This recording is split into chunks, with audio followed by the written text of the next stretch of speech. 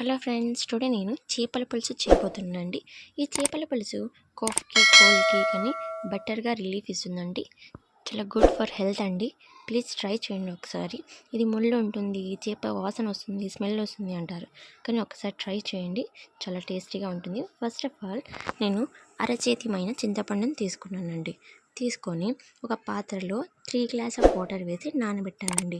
ఎందుకు అంటే చేపల పులుసు చింతపండు పులుసు వేస్తే చాలా టేస్టీగా పుల్ల పుల్లగా ఉంటుందండి. తర్వాత మెంతులు జీలకర్ర తీసుకున్నాను. చూసారు కదా, చిటికెడు మెంతులు చిటికెడు జీలకర్ర తీసుకొని అందులో ప్యాన్ పెట్టి వేయించానండి దూరగా. చూసేసారా, 2 to 3 సెకండ్స్ వేగిపోయాయి. మరి ఎక్కువగా వేయించకూడదండి. తర్వాత నేను ఇంట్లో ఉండే చిన్న రోలు తీసుకొని అందులోనే నూరేసానండి మెత్తగా. చూడండి, మెత్తగా నూరేస్తాను. ఇది ఎక్కువ టైం పడదు, మెత్తగా నూరేసుకున్నానండి. చూసారా, నూరేసి దాన్ని ప్లేట్లోకి తీసేసి పక్కన పెట్టేసుకున్నానండి. చేపల పులుసుకు కావాల్సిన పదార్థాలండి: కట్ చేసి పెట్టుకున్న 2 టమాటాస్, 1 ఆనియన్, కొత్తిమీర, కరివేపాకు, 1 స్పూన్ ఆఫ్ ధనియాల పొడి, 2 స్పూన్స్ ఆఫ్ కారం పొడి, పసుపు, కొబ్బరి పొడి, 2 స్పూన్స్ ఆఫ్ అల్లం అండ్ ఉప్పు అండి. అలాగే పచ్చి మామిడికాయ కోసి పెట్టుకున్నానండి, పుల్లగా బాగుంటుంది. ఇవే అండి చేపల పులుసుకు కావాల్సిన పదార్థాలు.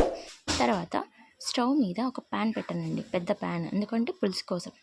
తర్వాత ఆయిల్ వేసుకున్నానండి. నేను 5 స్పూన్స్ ఆఫ్ ఆయిల్ వేసుకున్నాను. ఆయిల్ హీట్ అయ్యాక నేను తరిగి పెట్టుకున్న టమాటాలు, ఆనియన్స్, కొత్తిమీర, కరివేపాకు వేసేసానండి. వేసి దోరగా వేయించుకున్నానండి. ఆయిల్లో అవి కాసేపు వేగాక టేస్ట్ వస్తుందండి. అలాగే మనము తరిగి పెట్టుకున్న పచ్చి మామిడి పండు కూడా వేసేసానండి. అలాగే రుచికి తగ్గట్టు ఉప్పు వేసేసి వేయించానండి. ఆనియన్స్కి టమాటాస్కి ఉప్పు పడితే చాలా టేస్ట్గా ఉంటుంది. అలా చూడండి ఎలా మగ్గుతున్నాయో ఆయిల్లోనే. అలా కాసేపు మగ్గితే ఆనియన్ అనేది టేస్ట్ వస్తుందండి తినేటప్పుడు. అలాగే అల్లం పేస్ట్ వేసానండి. మనం తీసి పెట్టుకున్న అల్లం పేస్ట్ వేసేసి మొత్తం ఆయిల్లోనే ఉడికించానండి అల్లం పేస్ట్. ఎందుకంటే అల్లం పేస్ట్ స్మెల్ వస్తుంది, పచ్చి వాసన పోయేట్టుగా.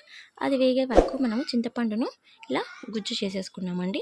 తర్వాత కారం పొడి, ధనియాల పొడి, పసుపు, కొబ్బరి పేస్ట్, అలాగే మెంతులు జీలకర్ర పౌడర్ కూడా వేసేసి మొత్తం ఆనియన్స్కి, కరివేపాకుకి, టమాటాలకి మొత్తం పట్టేట్టుగా వేయించేసుకున్నామండి. చూడండి ఎంత బాగా మిక్స్ చేసేసుకోండి. ఇలా మిక్స్ చేసుకోవాలండి. మనం వేసిన ఇంగ్రీడియంట్స్ అన్నీ ఆనియన్స్కి, టమాటాలకు పట్టేట్టుగా మిక్స్ చేసేసుకొని 2 to 3 సెకండ్స్ ఆయిల్లో మగ్గాలండి. చూడండి ఎలా మగ్గుతుందో. అది మగ్గాక మనం కలిపి పెట్టుకున్న చింతపండు పులుసును అందులో వేసేసామండి. చింతపండును అలా మొత్తం ఒత్తేయాలండి. ఆ తర్వాత కలిపి పెట్టుకున్న మొత్తం చింతపండు పులుసును వేసేసామండి అందులో. చూసారా, మొత్తం నీట్గా వేసేసాం. చింతపండు వేయకూడదండి, చింతపండు రసమే వేసి మిక్స్ చేసేసాను.